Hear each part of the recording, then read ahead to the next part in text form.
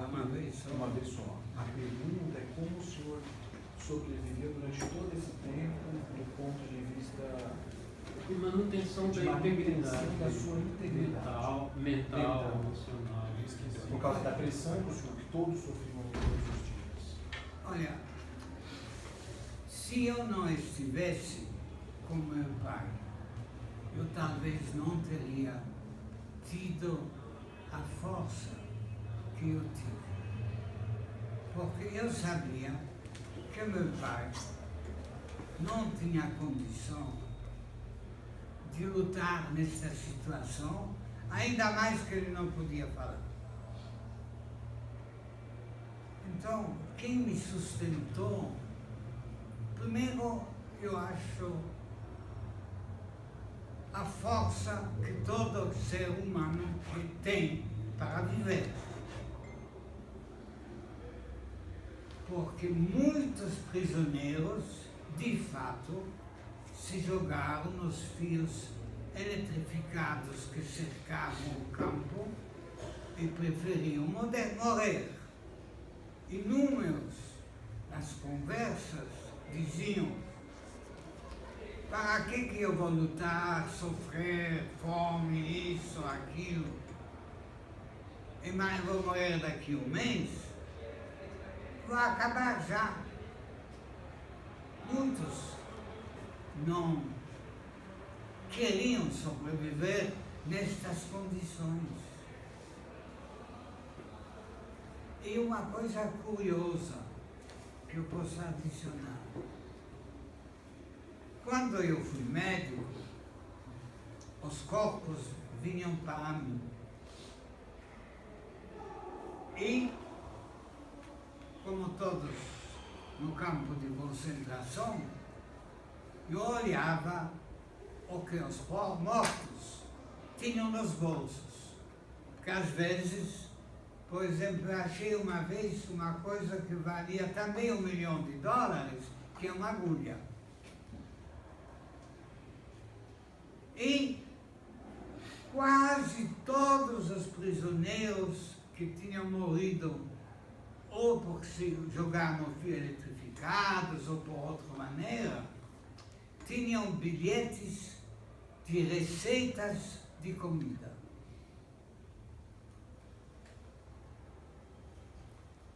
Todos. Quer dizer, eles sonhavam com esta ou aquela comida. Não vi ninguém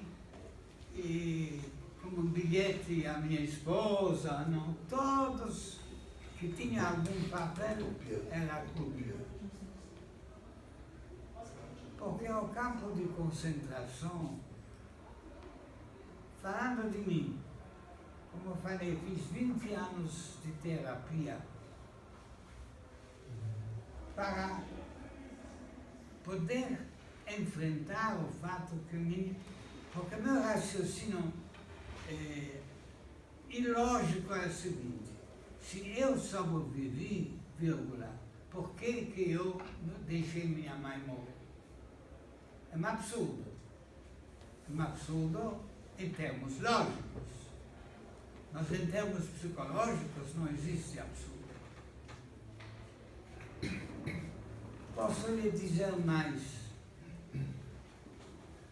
Eu fiquei na Bélgica 5 anos depois, até 5 anos mais ou menos depois da guerra, depois eu vim para o Brasil. Na Bélgica, quando nós voltamos, e voltavam realmente, no começo muitos, depois cada vez menos, pessoas que pela guerra não puderam voltar antes. Inclusive, até hoje, até uns 3 meses atrás, houve um caso em Israel, que um casal, que pensou cada um que o outro morreu, emigrou para Israel independentemente, cada um casou, já são avós, e moravam a 10 quilômetros de distância, se encontravam. Quer dizer, aquela ideia, quem sabe minha mãe ainda vai voltar, ficou muito forte em mim. Na Bélgica, onde eu disse, fiquei mais ou menos 5 anos, quando eu saía de casa, fazendo seja o que for, eu não conseguia voltar sem correr. Eu corria que nem louco. Minha mãe voltou para a casa. Quando eu ia na rua e via uma pessoa, sexo feminino, como o corpo, mais ou menos da minha mãe, eu tinha que correr para ver o rosto dela. E mesmo chegando no Brasil, eu levei alguns anos para perder estes hábitos. Tem um escritor que já morreu, chama Primo Levi, não sei se os conhecem, ele também foi no campo de concentração. E ele escreveu uma frase que ficou muito verdadeira. Não só eu estive no campo de concentração, mas o campo de concentração está em mim. Até hoje, quando se fala de qualquer assunto, de repente uma palavra me lembra algo do campo. O campo não sai da gente.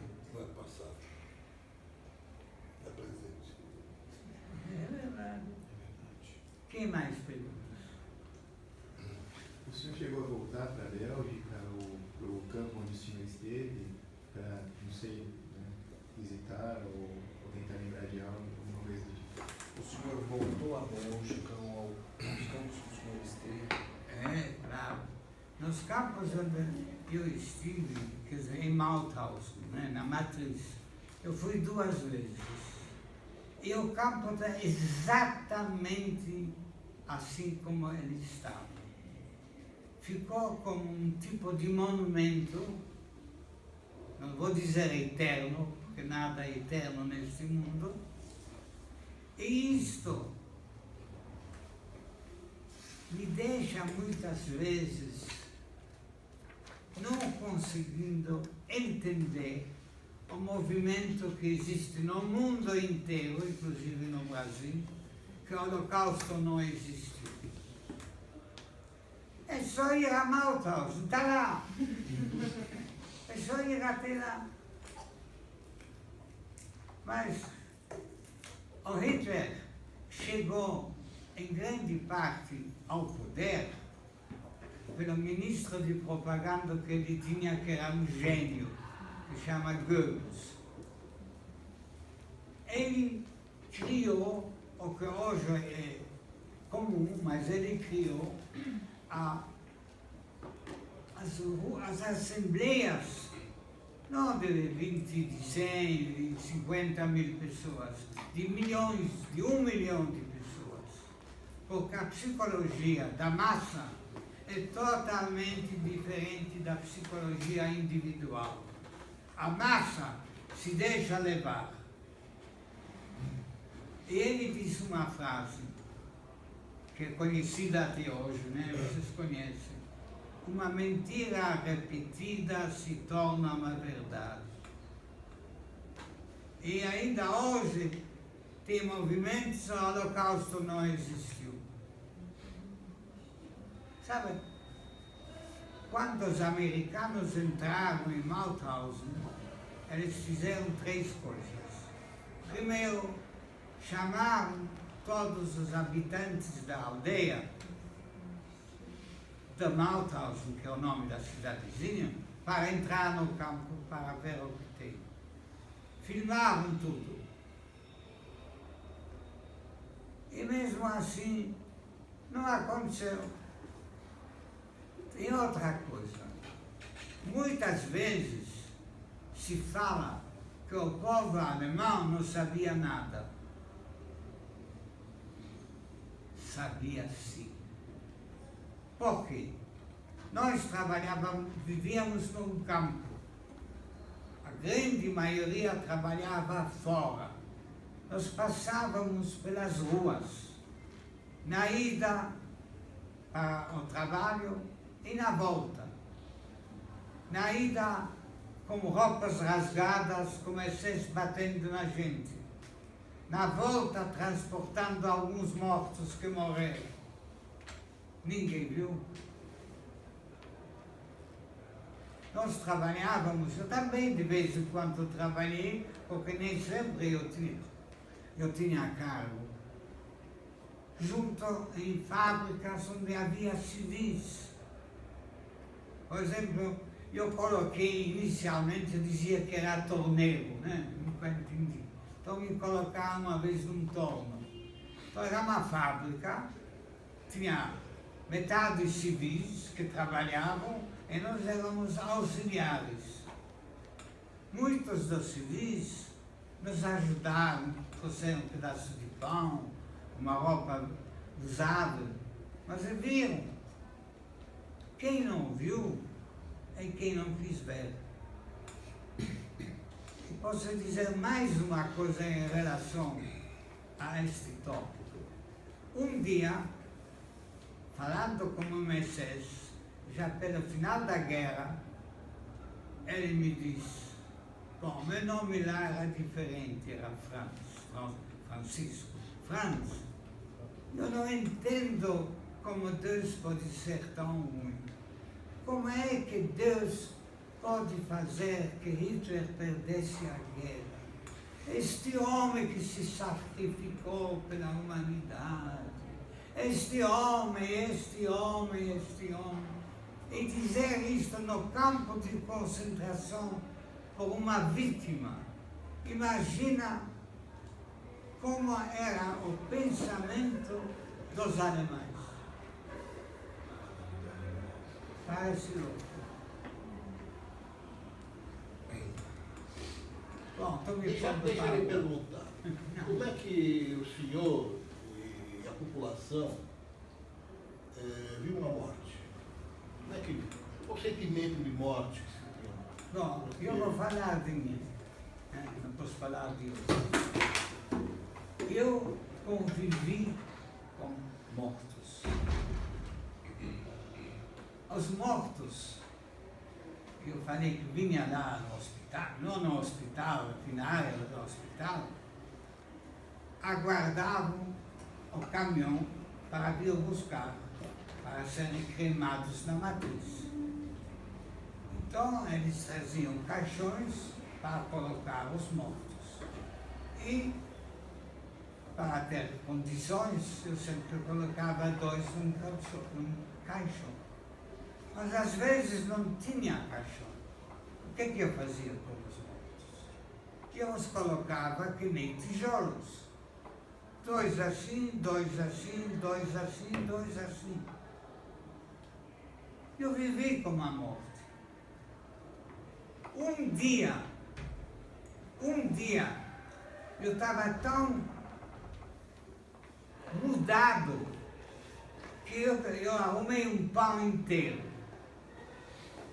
Eu arrumei um jeito de chamar meu pai para vir perto do hospital, que ninguém podia entrar, com uma vassoura, fazer de conta que ele limpa lá, e que eu ia abrir a porta para lhe dar um pão para ele. E meu pai chegou, levantei o bumbum do morto, tirei o pão de lá, era escondido, né? E dei para meu pai. Meu pai vomitou. Isto era a história. Eu, da morte, não tenho medo. Morte. Todos vamos morrer. Vai acontecer. Porque talvez a morte naquele momento era uma felicidade. O que é a felicidade? É um conforto, né? Um conforto. Não, o mais simples de responder é que a felicidade é o que todo mundo quer, que todo mundo persegue. Eu acho que a felicidade é um estado interior que não depende das circunstâncias reais. depende da maneira como você vê as coisas. A felicidade é um conceito tão amplo e ele é totalmente diferente para cada pessoa. Né? O pescador se sente feliz quando ele vem na cidade grande e vê as lojas. E quem vive na cidade grande, a felicidade é ir pescar. É individual.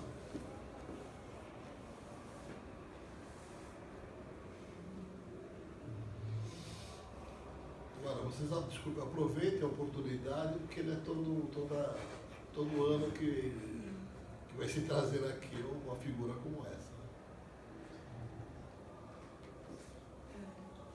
O seu pai veio com o senhor aqui para o Brasil ou ele ficou lá na Europa?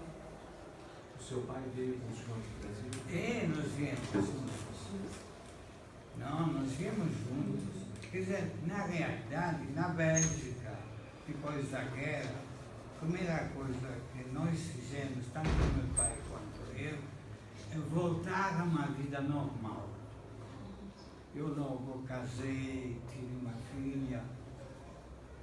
E meu pai, quando a gente viu que minha mãe não voltou, também casou com uma esposa, uma mulher que tinha perdido o marido e filhos. E nós viemos no Brasil, na realidade, em 3 famílias. Eu, minha esposa, filha, meu pai, a esposa, meu sogro, quer dizer, o pai da minha esposa, a família dele. Agora, eu não vou entrar nisto porque senão é tarde demais, mas foi um acaso nós vimos para o Brasil. Mas eu não estou nada arrependido, porque aqui a nossa família cresceu, a minha filha já é avó. Eu tive uma vida de muito trabalho. Até hoje eu trabalho 7 dias por semana. Sou viúvo, minha esposa faleceu. Mas nós fizemos de tudo para ter uma vida o mais normal possível. Tem gente que nunca fala do Holocausto porque dói. Tem outros, como eu, que falam porque eu acho que dividindo esta experiência tira um pouco da dor. E principalmente no Brasil, onde o Holocausto é tão desconhecido. Todo mundo viu alguns filmes ligados, mas não consegue perceber. Satisfeita? O que é a maior lição de vida que ele tirou de tudo isso e que poderia compartilhar com a gente? A maior lição de vida. Qual é a maior lição de vida que o senhor tirou de tudo isso? Bom, eu não entrei nesta parte porque o tempo é limitado. O que o Holocausto nos dá de lição hoje?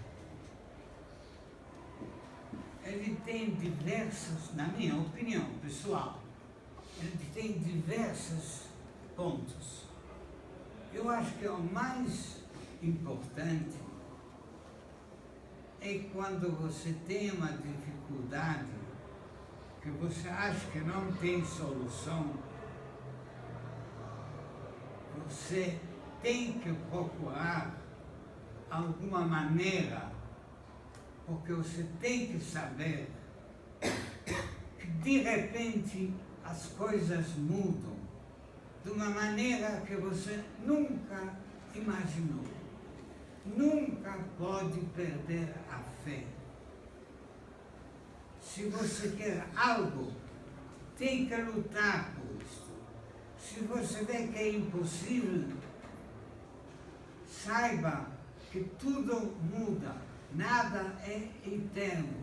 Imagina a nossa situação no campo de concentração enquanto as tropas alemãs avançavam diariamente na Rússia e a gente via que a Alemanha ia ganhar a guerra, e o que ia ser de nós prisioneiros? Que ainda nos deixavam em vida porque nós produzíamos aquilo que os soldados mobilizados não podiam fazer. Mas mesmo assim, eu e meu pai lutamos. Os que se jogaram nos fios eletrificados morreram. Nunca se pode jogar a toalha. Isto é para mim a lição principal. A outra lição é, eu não quero muito entrar em política, mas quando se cria diferenças entre as pessoas, que sejam judeus, que sejam lésbicas, que sejam negros, que sejam carecas, dá ruim.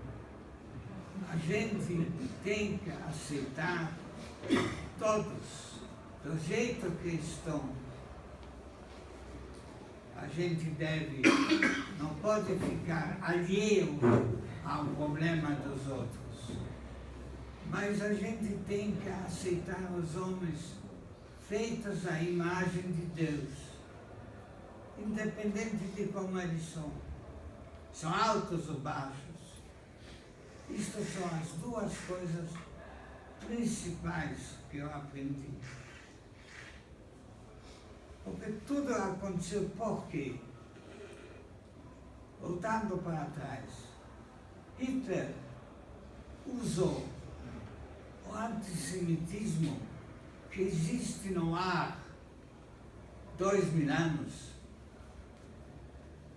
E ele usou mais outra coisa. Como a Alemanha tinha perdido a Primeira Guerra, ele disse: a Alemanha não perdeu a Primeira Guerra. São os judeus que sabotaram a Primeira Guerra. Nós não perdemos. Que é um absurdo. Então, para chegar no poder, ele usou aquele antissemitismo existente. E vejam o que aconteceu. Eu não estou dizendo que o judeu é melhor, que o judeu é pior. O judeu é um ser humano. O sangue judeu serve para transfusão para qualquer raça.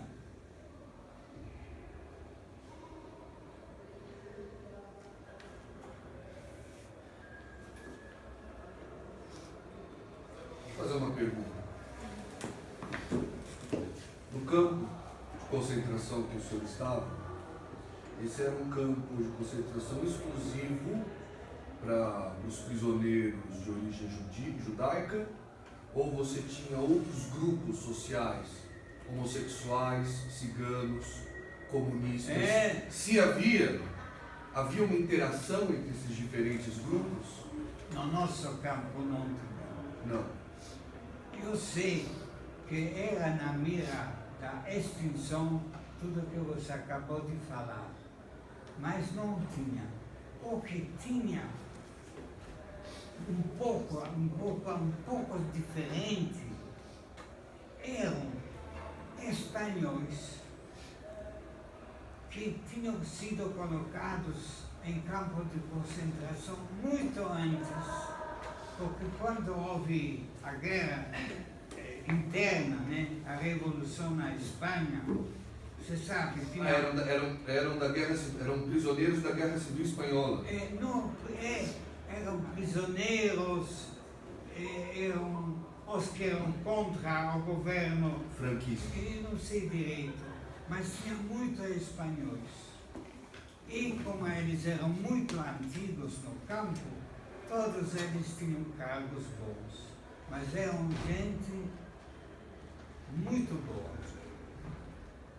O que nós tínhamos também no campo eram prisioneiros de guerra russa, que não fizeram, diziam eles, nada para estar no campo de concentração. O que aconteceu foi o seguinte: no início, os alemães avançavam e tinham prisioneiros de guerra. A Rússia não tinha prisioneiros de guerra porque eles recuavam. Então os alemães judiavam muito destes prisioneiros de guerra. E isto teve duas consequências: que os soldados russos começaram a perceber que se você ficar prisioneiro está muito ruim. Então eles começaram a lutar, porque o soldado russo não gostava de Stalin, então ele não queria lutar. Mas quando a Alemanha começou a tomar uma atitude drástica, os russos começaram a lutar. Agora, depois se inverteu a situação. Os alemães recuavam e os russos tinham muitos prisioneiros de guerra. Aí os alemães começaram a tratar os prisioneiros de guerra russa conforme manda aquela convenção internacional. Mas no começo os prisioneiros russos estavam muito mal. Mas a grande maioria eram franceses, húngaros, romenos. No campo do senhor, a maior parte dos prisioneiros eram judeus da Europa Oriental ou não tinha essa diferenciação? Não, mas posso completar. No começo, não tinha judeu nenhum. Quando a Alemanha começou a recuar, ela evacuava os campos da Polônia, da Romênia. Então, eles transferiram estes judeus para dentro da Alemanha, da Áustria. E aí começaram a aparecer judeus. Mas o mais curioso, se eu posso continuar, é o seguinte: como eu falei, meu pai não falava nem o flamengo nem o francês. Então eu sempre tinha receio que viessem belgas, porque uma das duas línguas ele tinha que falar. E praticamente nunca vieram. Um dia eu ouvi que vieram belgas. E era usual que novo prisioneiro que entrava no campo procurava algum conterrâneo para pedir uma ajuda tal. E eu, na época, era médico, então os belgas que vieram me procuraram. E a minha pergunta, quando eu vi eles: quantos vocês estão? Ele diz 8.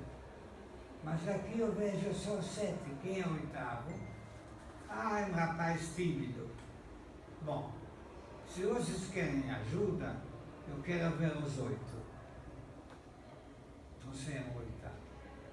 Aí eu fui perguntando a cada um de que região ele é, para saber se ele fala francês ou flamengo. E 7 falavam francês. Ótimo, meu pai então fala para mim. E o oitavo me disse que ele é de Bruxelas, que é a capital da Bélgica. E lá se fala as duas línguas. Pensei, aí que vai dar problema. Eu prometi aos belgas uma ajuda sobre a qual não vou continuar. Mas quando você tem um inimigo em potencial, o que você deve fazer? Se unir com ele. Então eu comecei a conversar com ele. Ele é um rapaz da minha idade, mais ou menos frágil. Eu disse para ele: olha, amanhã, à noite, lá. Porque nós, como cozinheiros, nós tínhamos um alojamento VIP. Vem na minha casa, que era uma cama, para a gente conversar. E aí nós sentamos na cama os três, meu pai, aquele rapaz e eu. E nós conversamos. De repente, meu pai começou a falar, a primeira vez, em não sei quantos anos. E ele disse para o rapaz, você é judeu, num francês horrível. E o rapaz fica vermelho. Não. Teu sobrenome é assim, eu conheço teu pai, eu conheço tua família. E era verdade.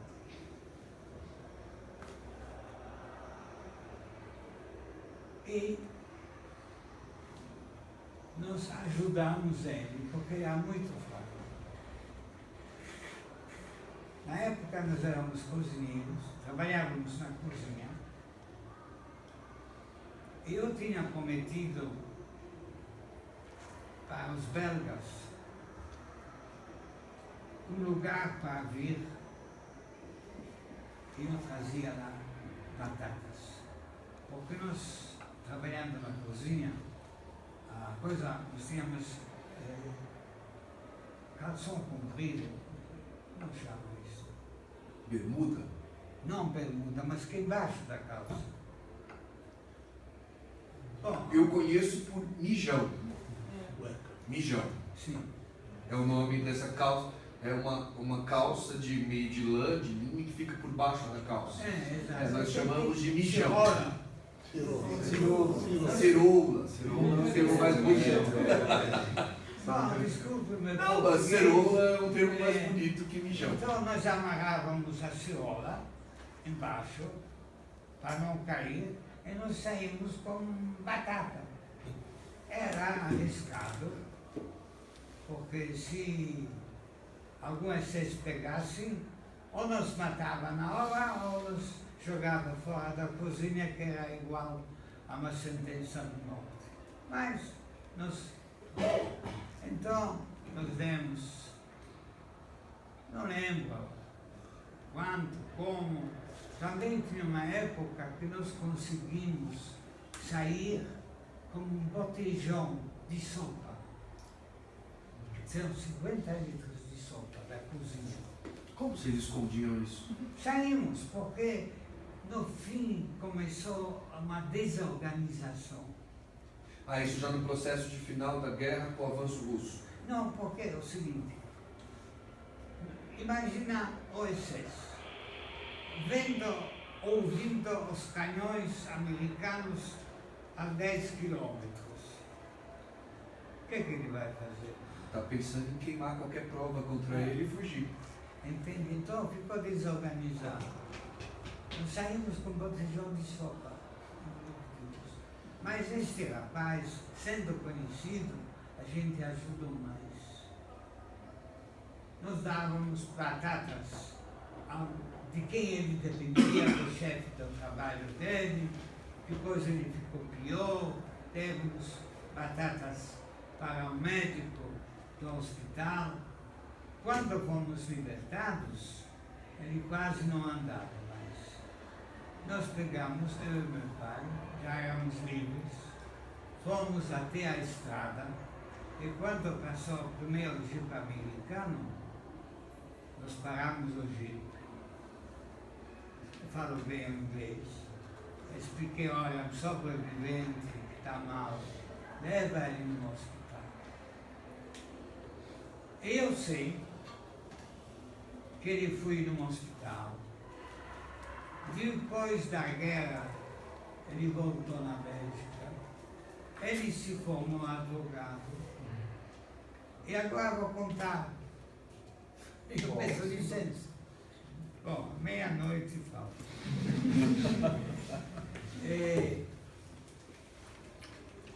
Depois o governo alemão dá uma pensão a aqueles que foram feridos nos campos de concentração. E eu precisava de um atestado de alguém, porque lá eu tinha outro nome que o meu nome.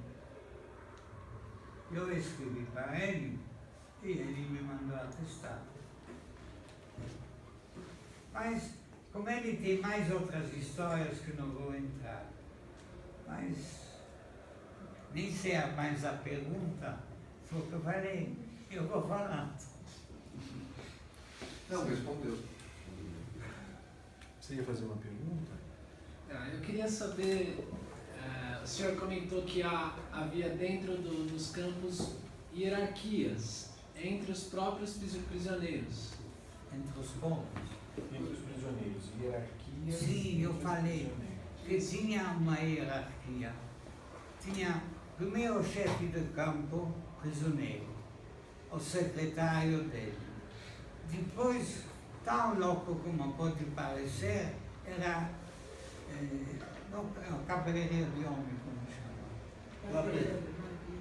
O cabeleireiro. Barbeiro. Depois, cada bloco, cada casa tinha um chefe de bloco. Depois tinha quem não ia trabalhar, mas fazia limpeza neste bloco. Agora, neste bloco, a metade era para os prisioneiros, dormindo no chão, e a metade era para o chefe do bloco. E assim por diante. Depois tinha cozinheiros, tinha... Mas as pessoas entre si, fora os grandes chefes, depois tinha o capo. Eu não falei do capo. O capo, cada grupo de trabalho chamava-se comando. E o capo era um que podia dirigir este comando. Agora, na realidade, este capo era escolhido para bater e machucar os prisioneiros.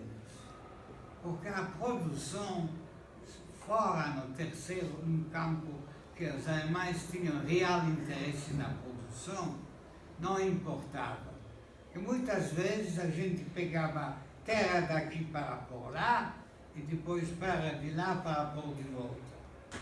Então, o capo era mais perigoso, certos capos, que os SS. Tinha capos que fingiam, mas geralmente o MI6 descobria, davam 2 tapas nele, pegava o bastão, dava para outro, não sei capo.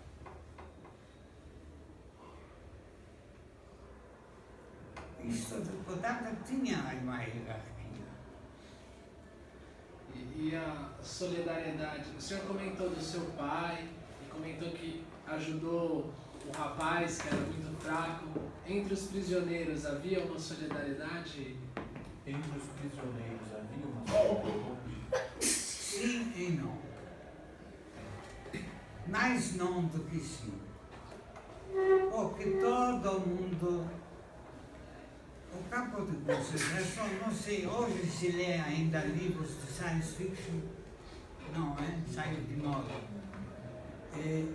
Era um universo fechado com outras leis. A lei dos excessos era brincar, machucar como os prisioneiros. A lei dos prisioneiros era sobreviver. Então, havia um pouco de solidariedade, mas todo mundo queria sobreviver.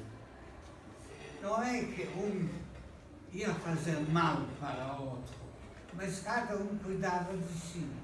Por exemplo, se distribuía um dia uma refeição, era pão. Então vinha um pão redondo, que o cabo, qualquer um, cortava em pedaços.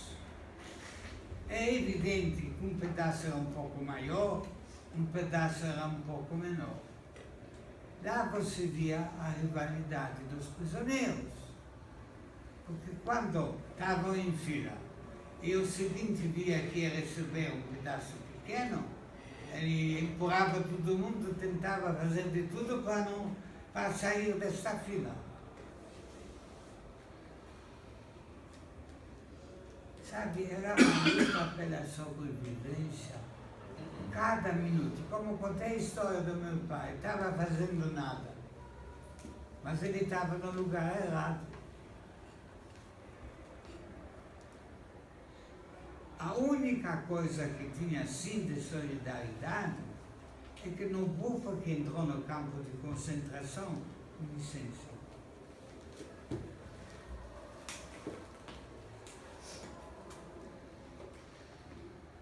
havia 3 padres e eles continuaram com a missão do padre. Vão ajudar, der uma parte da comida, nenhum sobreviveu um mês.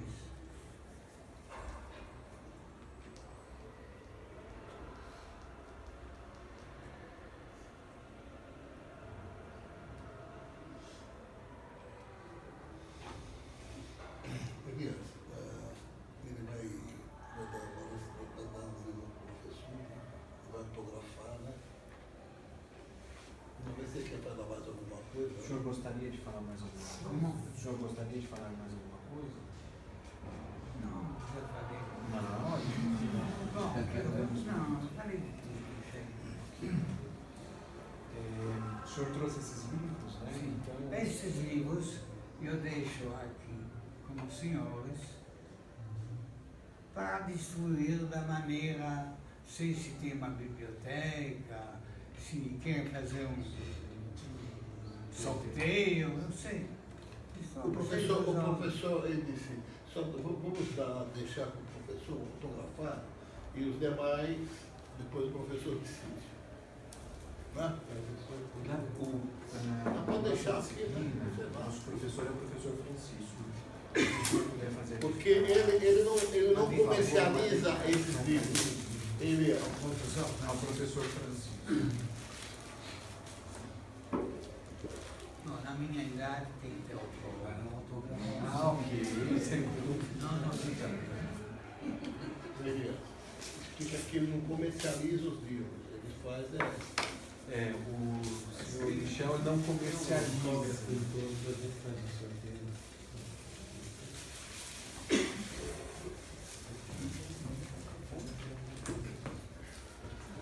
Senta aqui, professor. Senta aqui, professor. Não, por favor. Senta lá um pouquinho.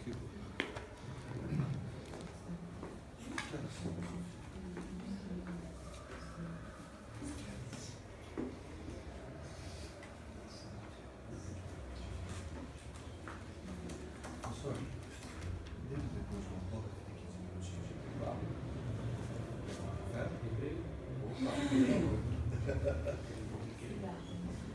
Cigarro.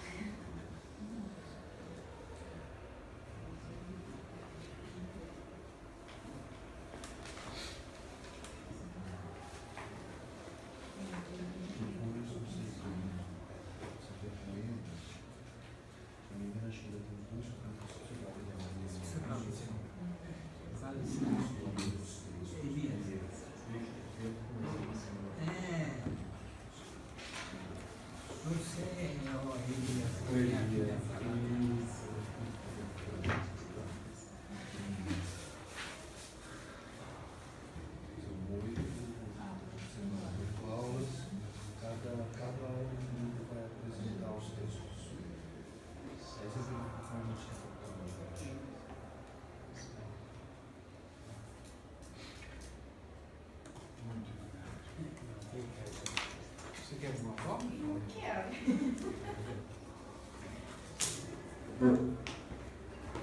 Isso é caralho coletivo.